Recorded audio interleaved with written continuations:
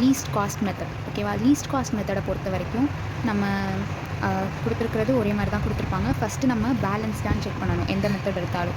இங்கே வந்து இது பேலன்ஸ்டாக தான் இருக்குது, ரெண்டு பக்கமும் ஆட் பண்ணால் 34னு வேல்யூ கிடைக்குது.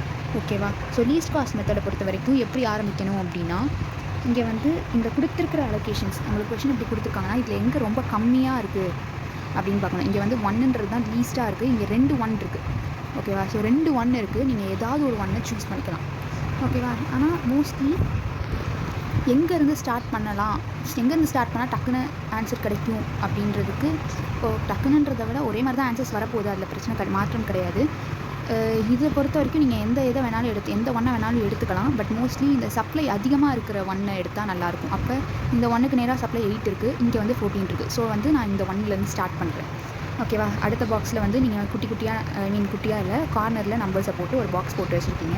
இப்போது இந்த நான் 1லேருந்து ஸ்டார்ட் பண்ணுறேன். 1ல் இங்கே 7 இருக்குது, இங்கே 14 இருக்குது. அதே நார்த் வெஸ்ட் கார்னர் ரூல் மாதிரி தான். ஸோ இங்கே 7 வந்துடும். ஆட்டோமேட்டிக்காக இந்த இடத்துலையும் 7 ஆகிடும். ஏன்னா 14 - 7 7 தான். சரி, இது கேன்சல் ஆகும். அடுத்தது எது கம்மியாக இருக்குது? இங்கே இந்த 1 கரெக்டாக. இங்கே இந்த 1ல் வந்து 8 இருக்குது, 18 இருக்குது. நான் இங்கே 10 போட்டுறேன், இங்கே 8 வந்துடுச்சு. இப்போது இந்த ரோ எனக்கு கேன்சல் ஆகிடுச்சு. அடுத்தது கம்மியாக இருக்கிறது இங்கே 2 பொறுத்த வரைக்கும் இங்கே 7 இங்கே 10 இருக்குது. ஸோ இது 3 மாற்றிட்டுறேன், இது கேன்சல் ஆகிடுச்சு. அடுத்த கம்மியானது இங்கே 4 இருக்குது, 2 இடத்துல 4 இருக்குது. நான் இங்கே 7க்கு நேராக இருக்குது. ஸோ இங்கே 7 இருக்குது, இங்கே 5 இருக்குது, நான் இந்த 4 எடுத்துக்கிறேன். இங்கே வந்து இங்கே 9 இருக்குது, இங்கே 7 இருக்குது. ஸோ இங்கே நான் 2 போடுறேன். அப்போது எனக்கு இது கேன்சல் ஆகுது. அடுத்தது இந்த 4 3 5 இருக்குது. நான் வந்து இங்கே 2 வருது, 3 போடுறேன். அப்போது எனக்கு இந்த காலம் கேன்சல் ஆகிடுச்சு. இப்போ இங்கே 2 இருக்குது, இங்கே 2 இருக்குது, இங்கே 7 மட்டும்தான் இருக்குது. 2 கேன்சல் ஆகி இங்கே 2 போட்டாச்சு. இதுவும் கேன்சல், இதுவும் கேன்சல். ஸோ எல்லாமே கேன்சல் பண்ணிட்டேன். எல்லாமே அலோகேட் ஆகிடுச்சு. இப்போ என்னென்னலாம் அலோகேட் ஆகிருக்கு?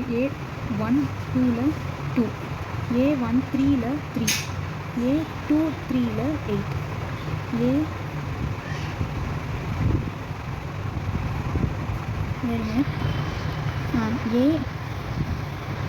A3 2ல் 7, A4 1ல் 7, A4 3லையும் 7. So total 1 2 3 4 5 6 allocations. So இது வந்து என்ன matrix? 4x3 matrix. So 4x3 table.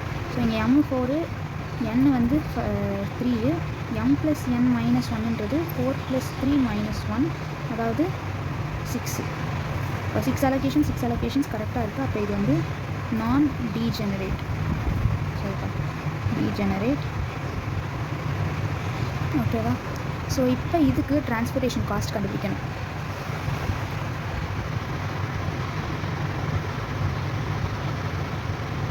Transportation cost கண்டுபிடிக்கிறேன். So first 7 × 2 + 4 × 3 + 1 × 8 + 4 × 7 + 1 × 7 + 2 × 7. ஸோ இதுக்கு நான் வந்து டிரான்ஸ்போர்ட்டேஷன் காஸ்ட்டை கண்டுபிடிக்கிறேன்.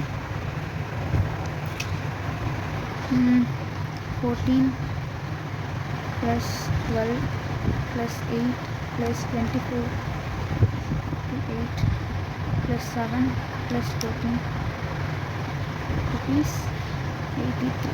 ஸோ இதோட ப்ராப்ளம் முடியுது.